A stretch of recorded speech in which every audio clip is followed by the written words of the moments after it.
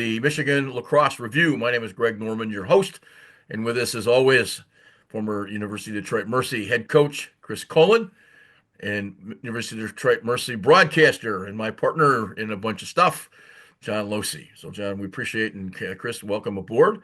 It's been an interesting week. High school started 2 days ago, and just let me say welcome to both you guys.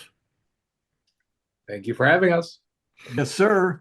We're going to have a bunch of stuff on the show this week, and I want to get started with a couple of conversations. But later in the show, we get a chance to spend some time with former Sarnia native and the Hill Academy and University of Michigan star Kyle Jackson, who's now part of the NLL and the PLL, one of the few that's making a living on both ends of the stick, indoors and outdoors, and a terrific player. We talked to Kyle a little bit about being smaller and how it fits with this faster game that we're sort of seeing over the last 2 or 3 years, where there's finally places for guys 5'6", 155 pounds. And he kind of goes through the premise of how it works. And he also talks about something interesting. He talks about being now able to make a living as a lacrosse player and not relying on necessarily camps and or endorsements from companies.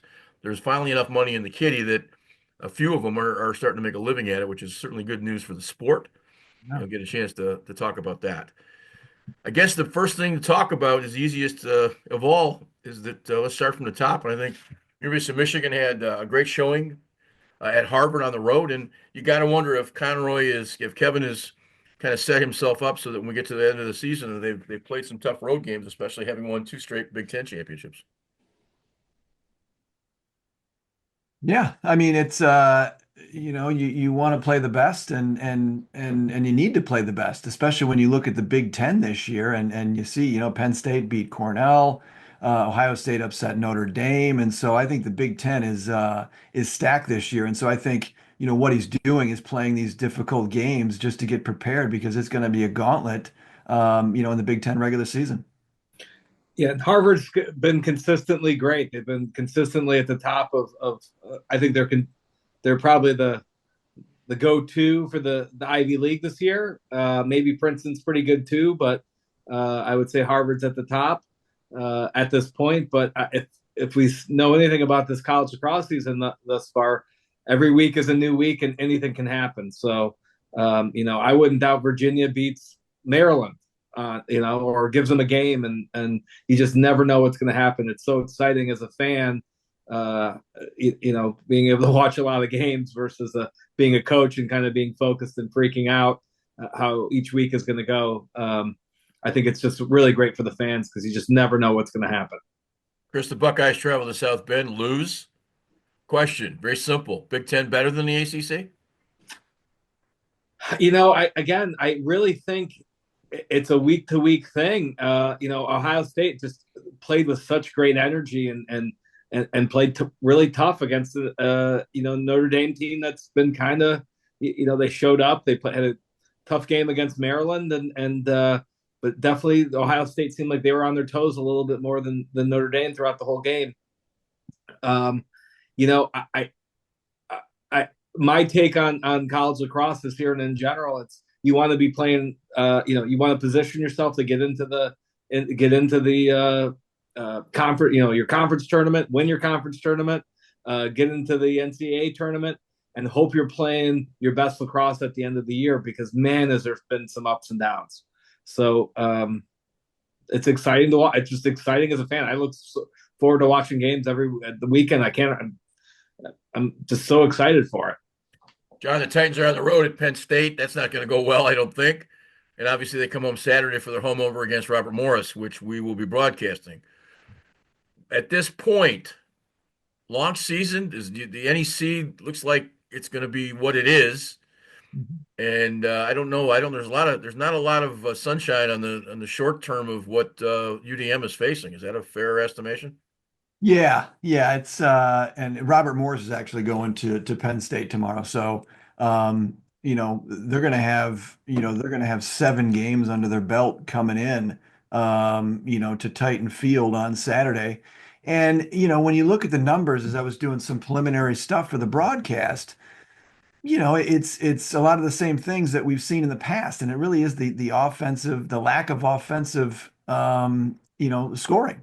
I mean, it really, and faceoffs, right? I mean, I think the defense is playing well. You look at the stats, ground balls and a lot of the intangibles, they match up pretty well, but it really is just, scoring 6 goals a game is not going to get it done. And so they're going to need to find some offense, especially with Robert Morris coming in and playing 7 games and they score goals. And so I think it's going to be a tough task, but it's Alumni Day and it's the first game and the weather looks nice. And so, I think to Chris's point, who knows, right? One game they could play 10 times and maybe, Robert Morris wins 9. But there still could be that one game for the Titans. Yeah, I got the schedule wrong. I realized Robert Morris is in fact going to visit Penn State. Chris, tough question, answer, don't answer, but you're a year removed from what the process was. Is it scheme or is it talent at this point down in 6 Mile? Well, I can tell you, we went over there last year and absolutely on what was a phantom, really a referee making a poor choice, and for whatever reason, we battled back to a tied game, an overtime game, and what was just really, I mean, unfortunately, I had to take it to the officials. And again, it was a bad call, bad situation, which led to a goal that I would hope that the seniors and the upperclassmen remember that. I mean, it really stung last year. We had that game. I thought we were playing. We had all the momentum. We had everything going. We had an offensive possession at the end where we didn't score, and then a kind of a bad situation that was out of our control led to a Robert Morris win for them. So at this point, when you start getting into the conference, this is where your upperclassmen, your seniors need to take over and need to have that memory and take it up a notch. At least that's the way it always was in the past, and I'm expecting that to be again. And who knows how it's going to. I think it's going to be pretty poor weather, so that I think is good for the Titans.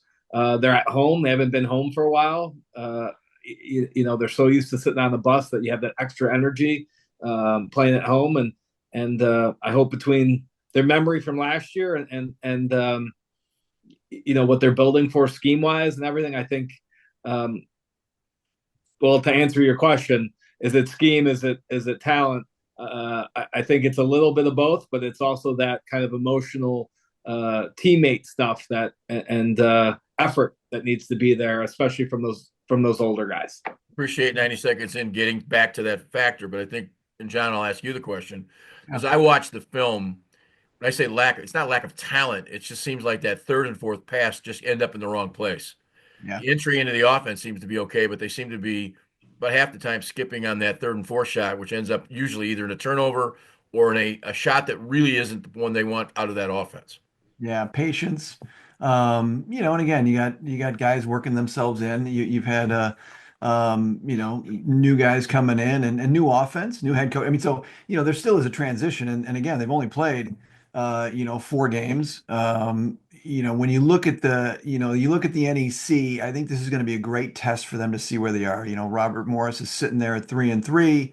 VMI looks very good. Long Island looks very good. Then you got Lemoyne, Robert Morris, Cleveland State, Mercyhurst, and Wagner, and they got UDM right there in the middle. So I think, I don't know what we're going to see because this was the thing, right? Moving to the NEC is going to make a difference for the Titans because they're playing at the level that they should be, right? I mean, I think we'd all agree that the ASUN was just, the way it was with COVID and everything. Oh no, it was good on paper, but we had no business being in that we league. had no business being in that league, and that's okay. It's done and done. And so I'm excited to see how they compete, and how the NEC works out because you just don't know until you get into that conference schedule.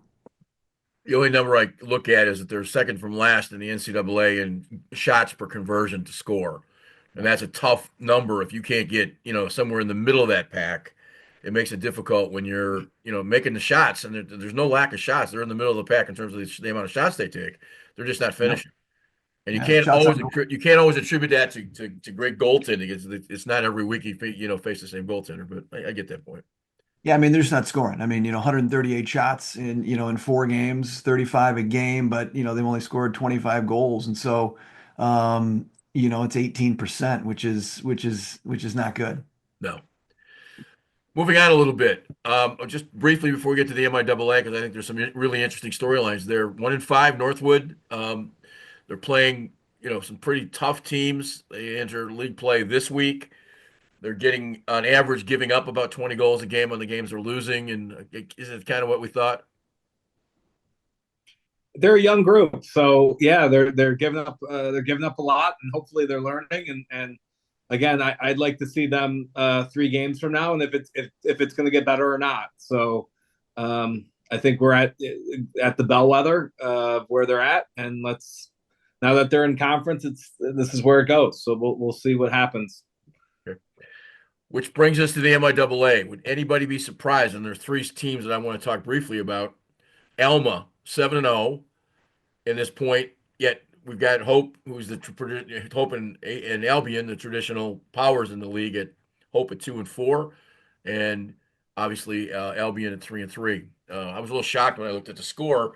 I also had to look at the teams, and certainly Hope and Scheduling. Albion are playing at the top of the level. They're playing the Otterbeins, and they're playing some of those great Ohio schools, and I'm not so sure that maybe the Alma coach did a good thing. Maybe he scheduled teams that they could compete, because there's I think about half of those games are 2, 3, 4 goal games. Yeah. Yeah. And Chris, you mentioned it earlier, right? I mean, losing teaches you something, but so does winning. And, and I think for a team like Alma, for them to go out and win some games and get some confidence, I think it could only help them. Well, I can tell you too. Me working with a bunch of high school kids now, um, especially in the kind of the upper, the Cranbrooks, the academic schools that are around in the area. Some of the kids have taken note of that Alma situation. So between that new indoor building and winning some games, some kids are taking visits up there that might have not taken a visit before. So that's pretty good. Yeah. I have nothing to say until they get into the league and see what the scores are if they start to play those teams. And I guess it would be Right. the same process. It doesn't matter. Cranbrook's is probably the best. You mentioned Cranbrook. Cranbrook's on the high school side is probably one of the best examples of playing every year playing a very difficult schedule. And you look up and they're 7-10, and they make it to the quarters, they make it to the semis, and it's a pretty regular kind of thing because they're playing a lot tougher schedule. And I think that says a lot about that. So we'll see with Alma. So it's one of those things. Last JD's not afraid of anybody. last question, I guess just discussion. We start high school this week. Did not hear anything about seating. I say not anything. We heard a little bit. I heard a ton about eye black from all kinds of guys, and I'm not going to get into the process. I was just really surprised at how it was. But what was the biggest surprise of all, something in the neighborhood of about 50 to 55 emails and or text about shorter game schedule. And it was absolutely divided 50-50. 50%, I'm an idiot because, well, we should play as many games, and why aren't we extending the season by a couple more weeks?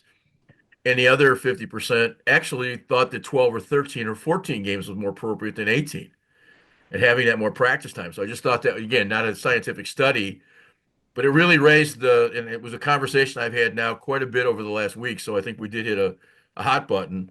It'd be interesting to see if there's any more discussion as we move forward. So just one of those things I wanted to mention.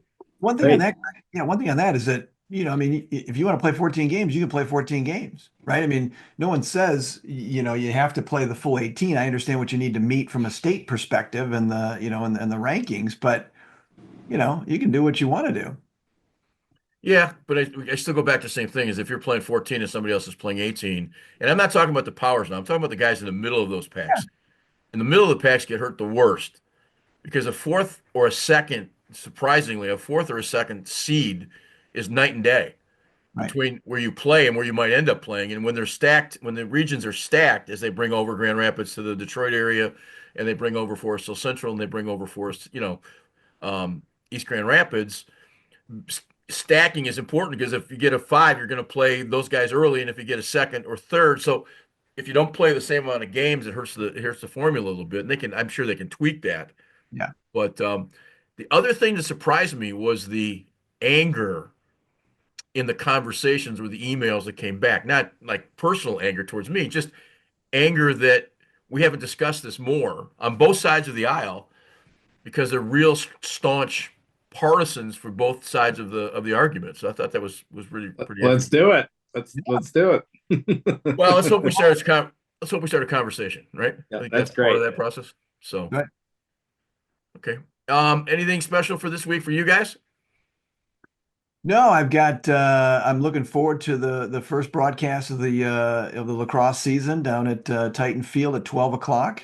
Come on down if you're in town and it's Alumni Day, and so it should be a very festive atmosphere. I'm looking forward to that. And then we've got scrimmages going on from a high school perspective. Greg, I know you've got one that you'll be attending as well. And then I'll be driving up to East Lansing where I'll be kind of doing a little mock test run of for Michigan State women's club team. I'll be doing a broadcast there, and so I'm looking forward to really getting out there and getting out and about. I got the new equipment, and so I'm really fired up about this season and broadcasting. My old team, the old women It, at Michigan State.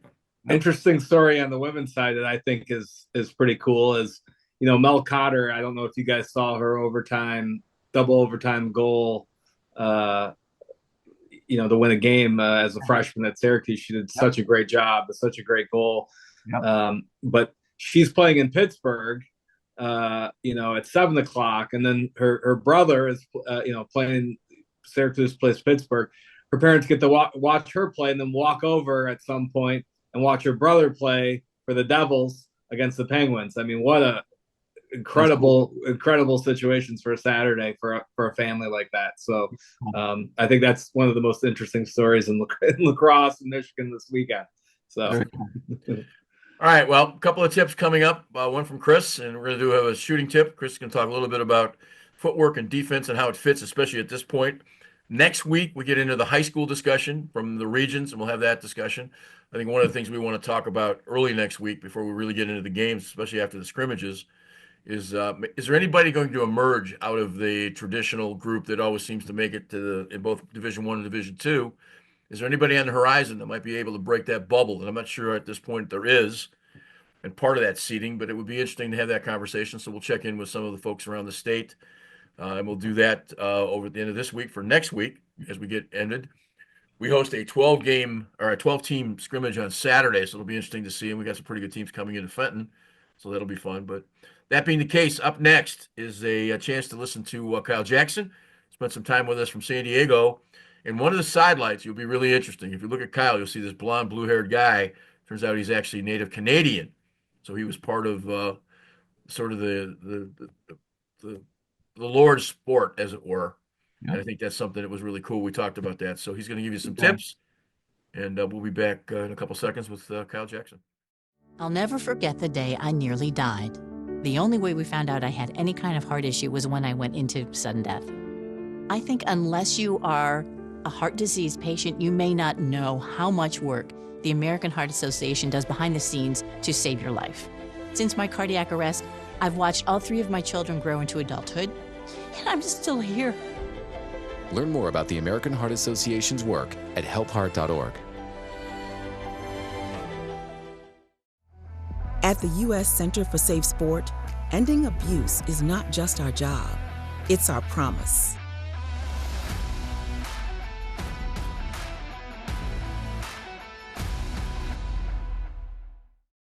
Hi, welcome back. We're talking with one of the best players that's ever been produced in the Great Lakes Basin. We're talking with Kyle Jackson, who we're talking to you in San Diego. You remember the Seals, but as you mentioned before we talked, you just got traded all the way to Albany.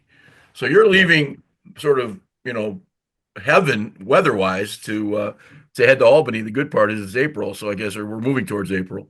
What happened with the trade? I'm just curious. Yeah, honestly, I don't really know to kind of sum it all up. The best part for me though is that it gets me incredibly closer to family. We live in West Hartford, Connecticut now, and so the trip to Albany is an hour and 20, hour and a half max, which is awesome rather than flying cross country every single weekend.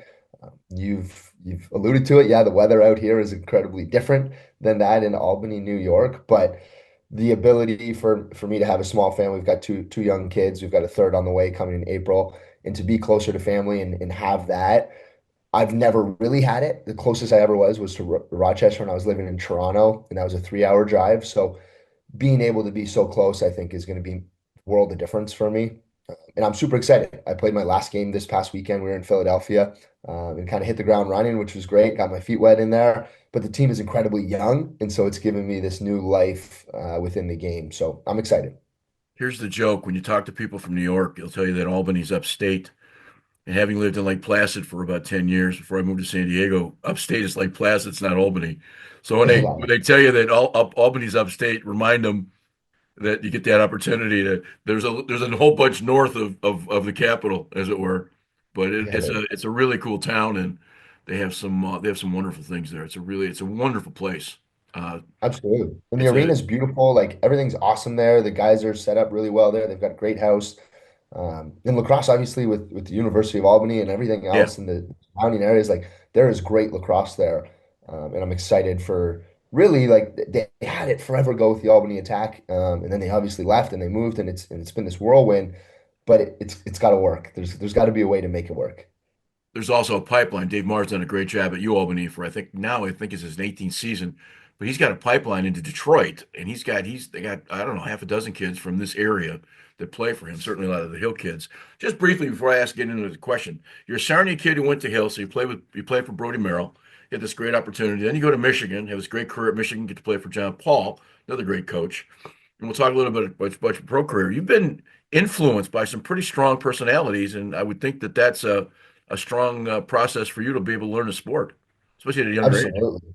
Absolutely. I've been incredibly lucky. And I mean, as you know, the coaches are everything. If the coaches know nothing, you kind of grow up with this naive little detail to the game that you know no different. But for me, I've been coached by the best of the best in every realm that I've been in. And it's allowed me to just become educated all the time and be that student in every capacity because I've never sat in any locker room. Even when John Paul was there and it was clubbed to Division 1, like I was never a kid and still that sits there with a coach and goes, I know more than you. Right. Or you know what? You don't know enough. And I've never had that situation.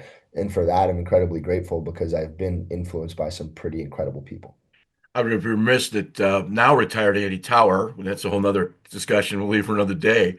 I know I texted him about his integrity of stepping out, which I thought was a pretty cool thing, and that's again inside baseball thing.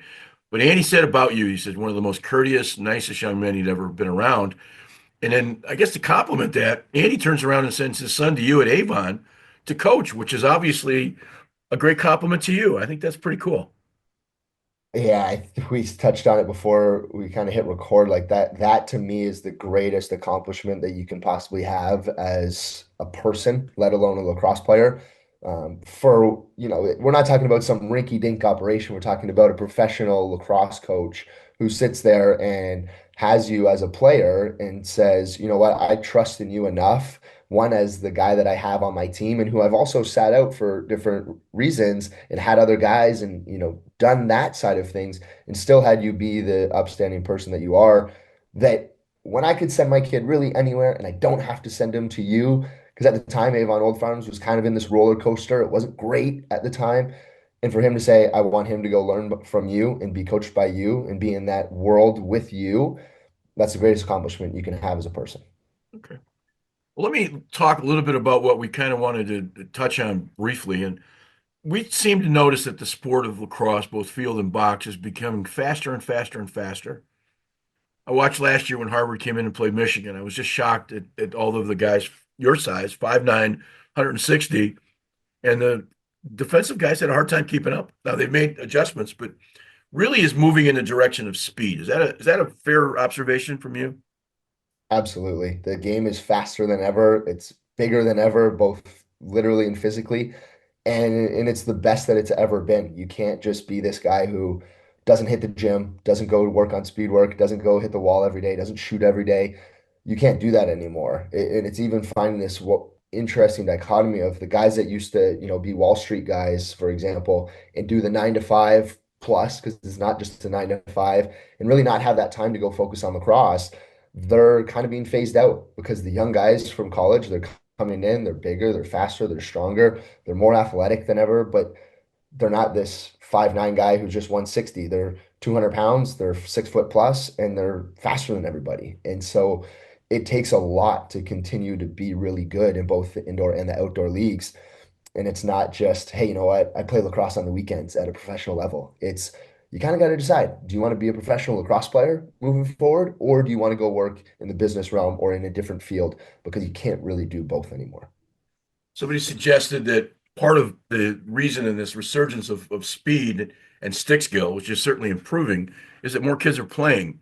I guess the downside is was pointed out to me was that a lot of kids are playing lacrosse 11 months of the year, not having a cross sport opportunity to play basketball, football, hockey, whatever else it might be. That has a balance that we're doing better at stick work and speed. But I wonder if that's is part of that. Like I said, I'm looking at kids now, even in the high school level. I got a kid this year who's a freshman. He's only 5'4", but the guy 6'4" can't catch him. And so it's kind of fun watching him run around and be, frustrating the big guys. And he's skilled enough that he's got good stick skills because he'd come out of a good middle school program. Um, do you think playing continually 11, 10, 11, 12 months a year is a good thing? Been at Avon Old Farms for the years that I was, I've seen the pros and the cons to it. I'm a believer that you can never substitute the multi-sport athlete. It just you can't. I sit here today and I still try to find ways to go play tennis, get pickleball instruction, go play golf, go do 1,000 different things in sports to keep my mind fresh because growing up, my favorite sport at the high school level was badminton because you could the way that the birdie flies through the air and having to have those fast twitch muscles and react the way that you did to be fast, you couldn't be a slow guy to play that. And so those things that you learn in the other sports can't be substituted by just playing lacrosse all the time. But also understanding that lacrosse is becoming this place where if you're not playing all the time, you end up kind of losing out Yeah. because it's not that it's at the NHL level by any means or the MLB, but lacrosse is becoming this sport that you have to decide, like, do I want to do this all the time? Because if you're not, and you're not that guy, because I've seen it, you can kind of get passed over because the other guys are just figuring it out. And you have to be a really good person, a really great athlete to be able to do all these other sports, but then also put in the time for lacrosse in a lighter capacity than what the guy that's just doing it all the time. But as I said, there's pros and cons, and there's a lot of people that just do it way too much and get burnt out, or there's just people that do it way too much and then lose the love for it. Uh, The so it's smaller, hard. the smaller, quicker guys have better peripheral vision than larger, slower guys. Yeah, ideally, you got to be able to see a lot of different things because you got massive people coming your way. Whereas if you're a larger guy, you can usually bump people. But for Take sure. your field and your box experience. Where are you more comfortable? But here's the point: when you're shooting, and you're an unbelievably good shooter, where do you feel more comfortable shooting, in box and in field? And maybe compare the two as to what you do on the field that you might not do in a box. I think you always, as a box lacrosse person, are more comfortable shooting in box lacrosse because then when you get out on the field, even if you're like 5, 6 yards away, it still feels like you're light years away from the net. And so you're kind of always a little bit hesitant. You're just like, should I really shoot this? Like the depth perception becomes something you grapple with more or less. And Okay. so box across, as soon as you get inside the restraining line or like the white line that they now have, i.e. like the blue line, you kind of feel like you could shoot from anywhere. It's not a bad shot because it might hit the boards, you might get the rebound.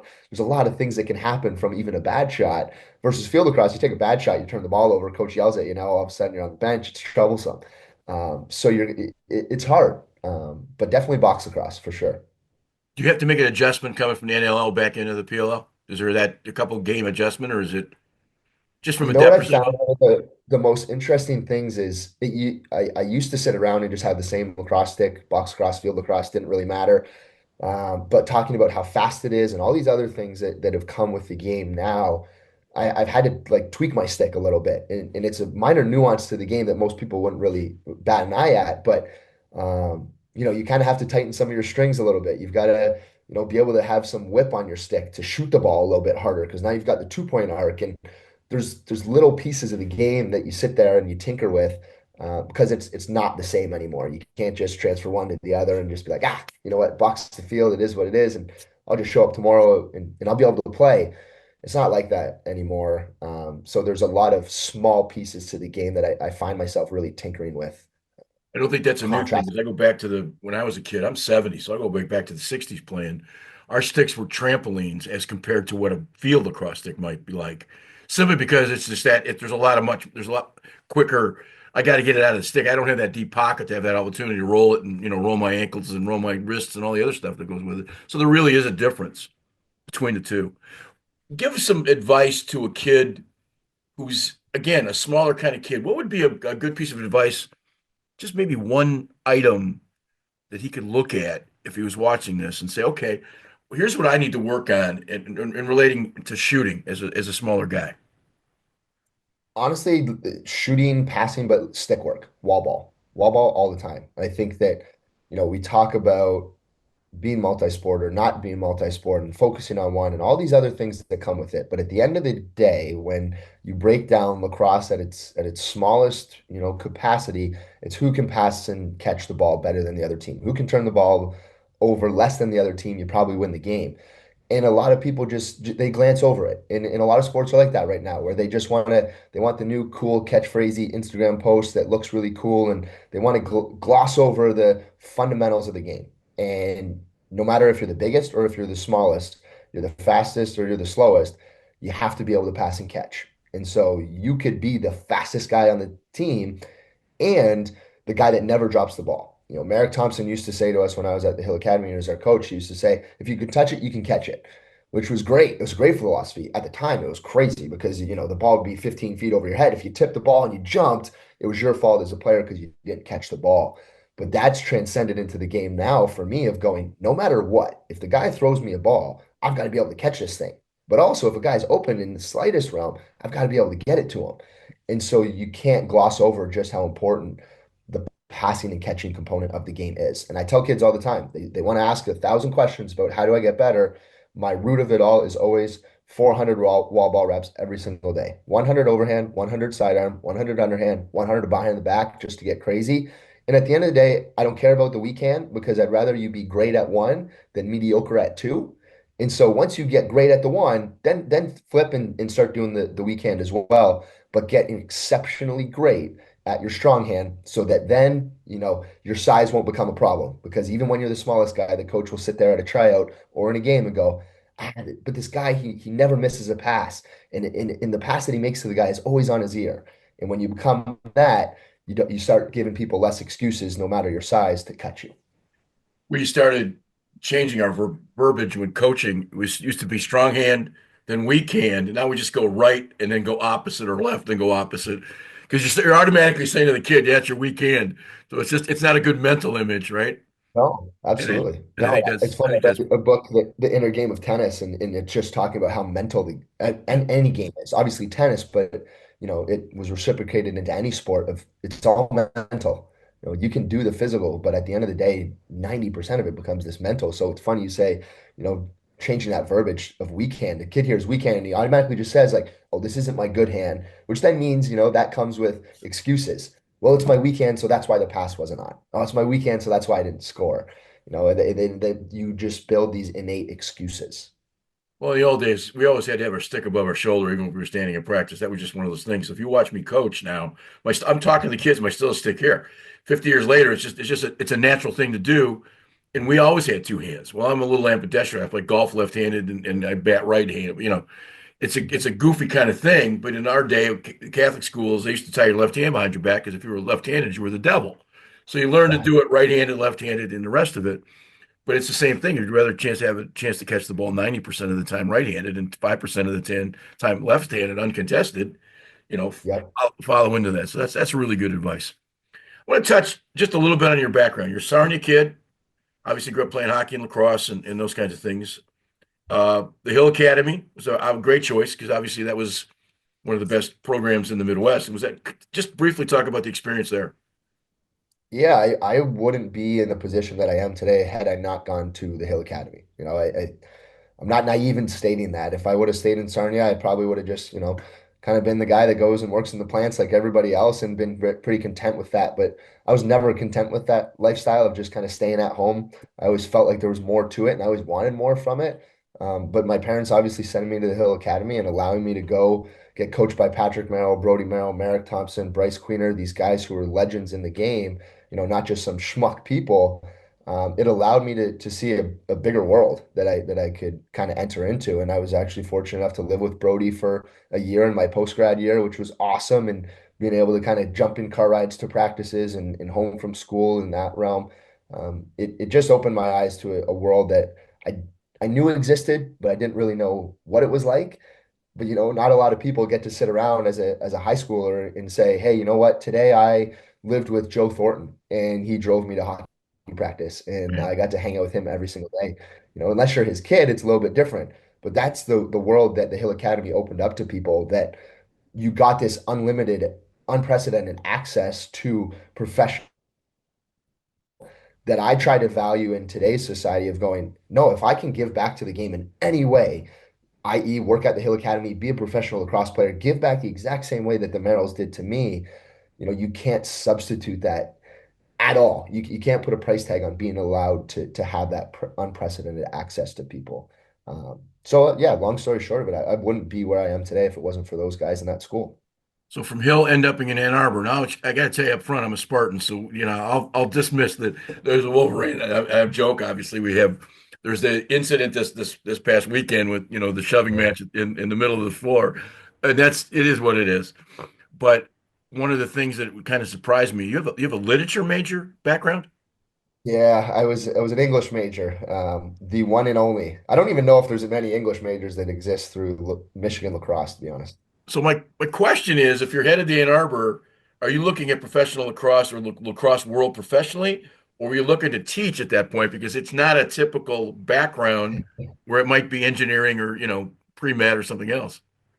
Yeah, I always knew I wanted to be a professional lacrosse player. The decision to go to Michigan was, hey, you know what, obviously an incredible school, and I want to go there educationally. But my goal in all of this is to figure out the best way that I can to be a professional lacrosse player. And at the time, that meant, hey, you know what, I'm comfortable with maybe not being the greatest program at the time, but I want to build something incredible because I know that you can't build bad at the University of Michigan. You can start off bad, but it's going to be what it is today. And I knew that that's what the trajectory that it was heading with John Paul. But I knew that I wanted to go to a place that, yeah, might not be great, but I'm going to play. I'm not going to sit on the bench. I always thought I could prove myself, even if I went to a Syracuse. I thought I could prove myself, but I sat there saying, I need to play. And I want to get reps and I want to be invested in this for 4 straight years and know that at the end of it, I set myself up for the best chance to do what I wanted, play professionally. Because outside of that, and I still now exist in this going, I'm 31 years old. I'm still playing professional lacrosse. I don't want to give it up anytime soon. I'm not even halfway through my lifespan, is the way I look at it right now. And the business world and whatever's out there for me after sports, that'll come. But I get this short period of time to be the person that is a professional lacrosse player and see all these ins and outs. Talk briefly about the dollars, because sometimes kids have sort of you know stars in their eyes when they're having these conversations, and I've had enough conversations with MLL, the PLL guys, and the rest of it. Now you're playing two professional leagues. And I used to joke about coaching at the collegiate level and making about as much money at a small school as the guys were making as videographers in the Big Ten. I understand that the value of scale. Does most of your and again, I don't want to be too personal, but does a lot of income come from endorsements and opportunities for camps, or does it actually come? Can you make a livable wage as a two-time professional athlete in both outdoor and indoor lacrosse?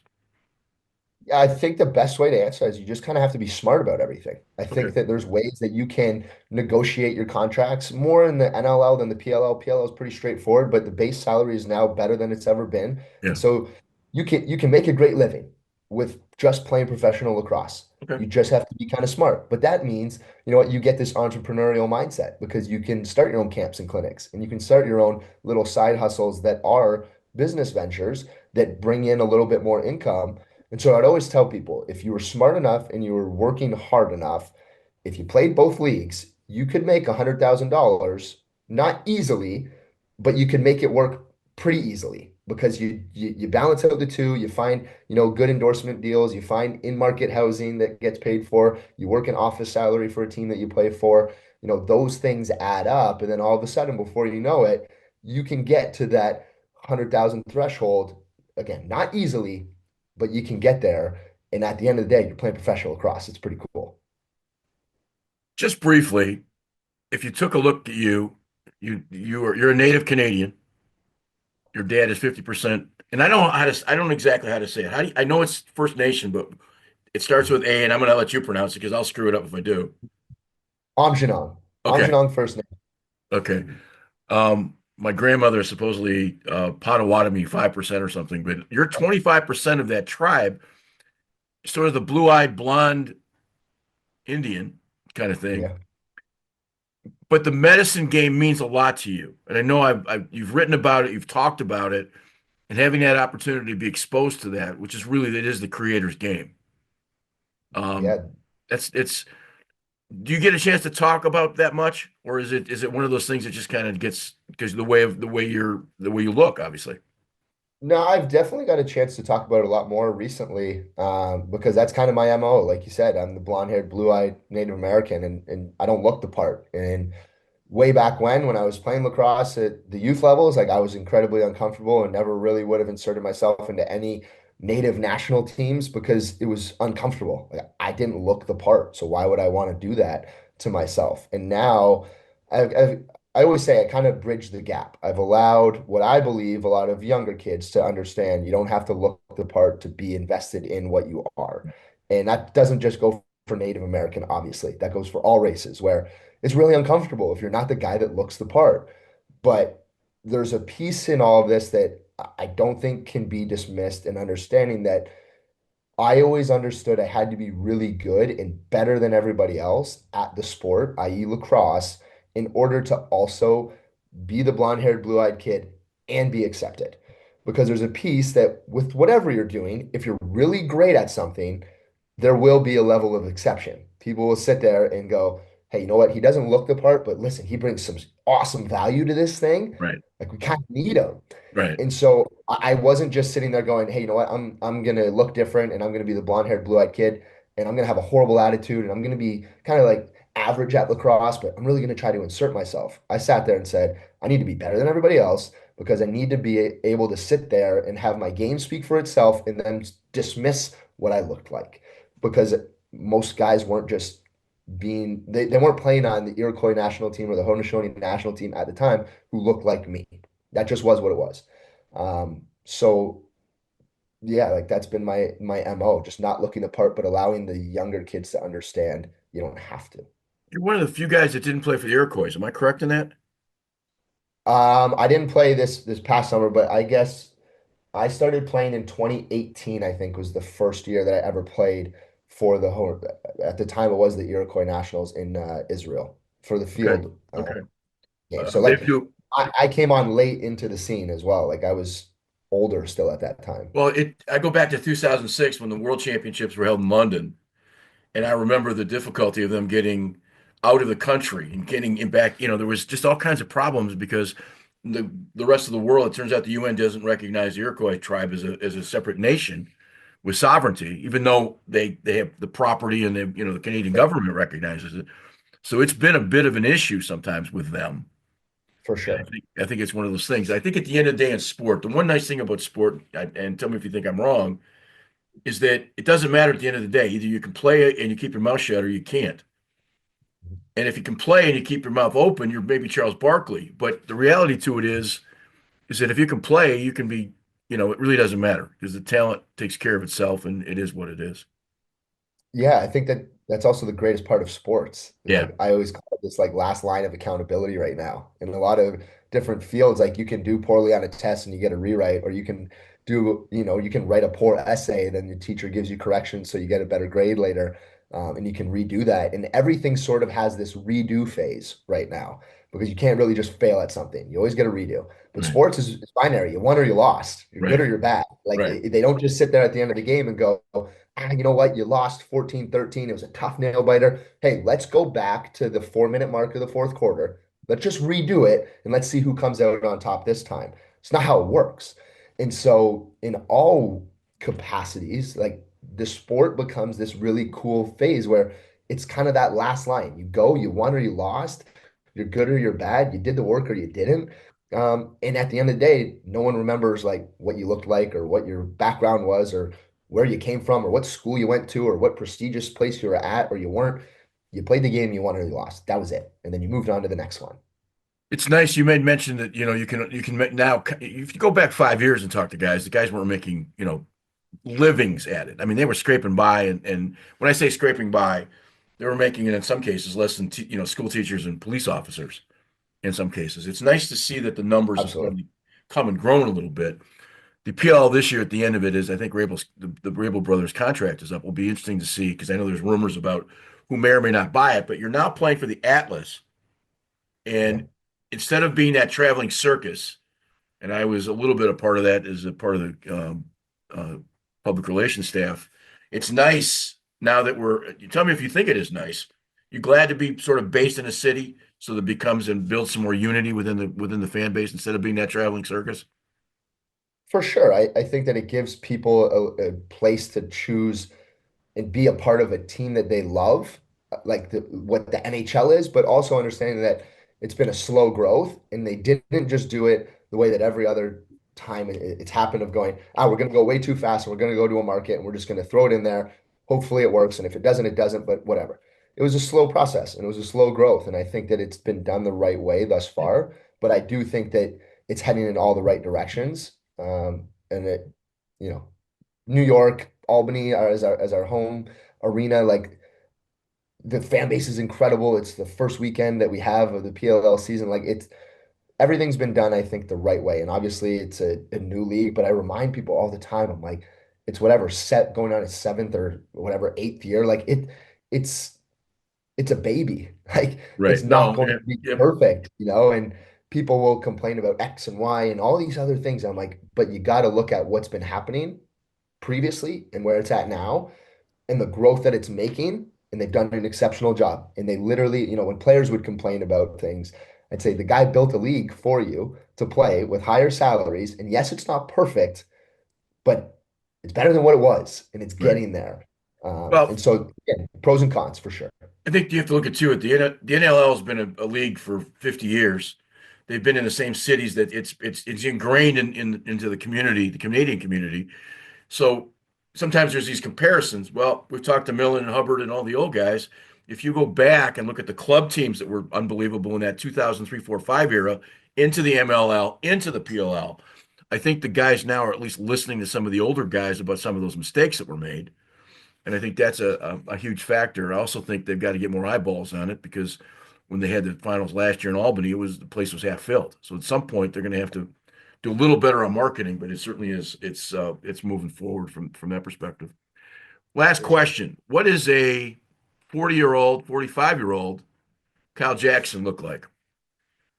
Oh, I hope I just retired. I think that that's the goal. I always said my goal was to play until I was 44. I don't know Okay. why I had that number. I've been blessed thus far with, good health and all that other stuff, and I don't think that I'm anywhere close to being done playing this game. I also really like seeing, the MLL days to where we're at now, and I hope that I can continue to see the growth of lacrosse and be a part of it. Because as I alluded to earlier, you get this kind of professionalism in sport for a very small period of time in your life. And I don't want to let that kind of just pass me by. I've had a lot of life experiences over the last couple of years that have put me into the game, out of the game, and all that. And I just keep being dragged back into this. And so I'm sitting here going, at 45, I hope I just retired. I hope I've got 4, 5, 6 kids and I've got them buzzing around, hanging out in the locker rooms, being a part of this really cool thing. But then at that point, figuring out what the next stage of life is and being the best dad and husband that I can be for the foreseeable future. Is there another career, or is it maybe trying to figure out a way to make in the coaching end of lacrosse and staying in lacrosse, or is there something you think about? I would love to stay in lacrosse. One of the things I love the most is honestly coaching. I think it's the most fun. I love giving back to the game and being able to impose some of that wisdom that I've been given to me back onto the youth. But then also like coach at a really high level. I love doing that.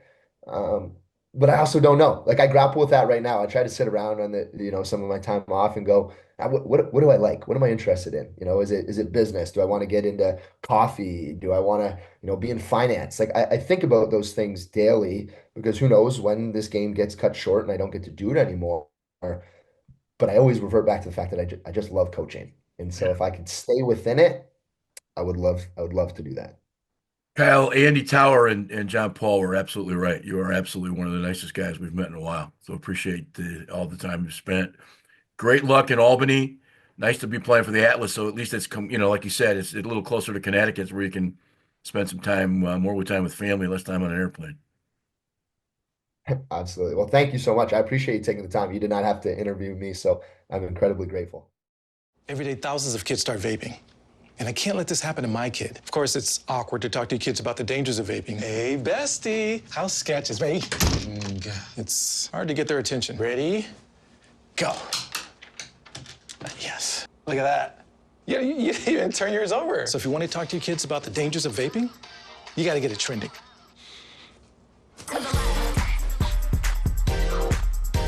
No, you're doing it wrong.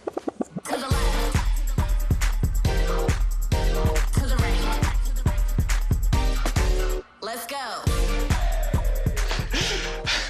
Can we talk? Yeah, what's up?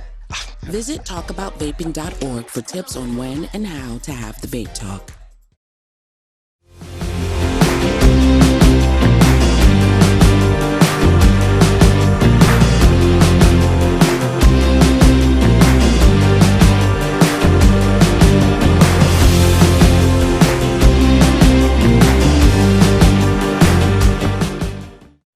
Thanks so much for taking the time to listen. Here's my defensive tip at this early season for you guys in high school.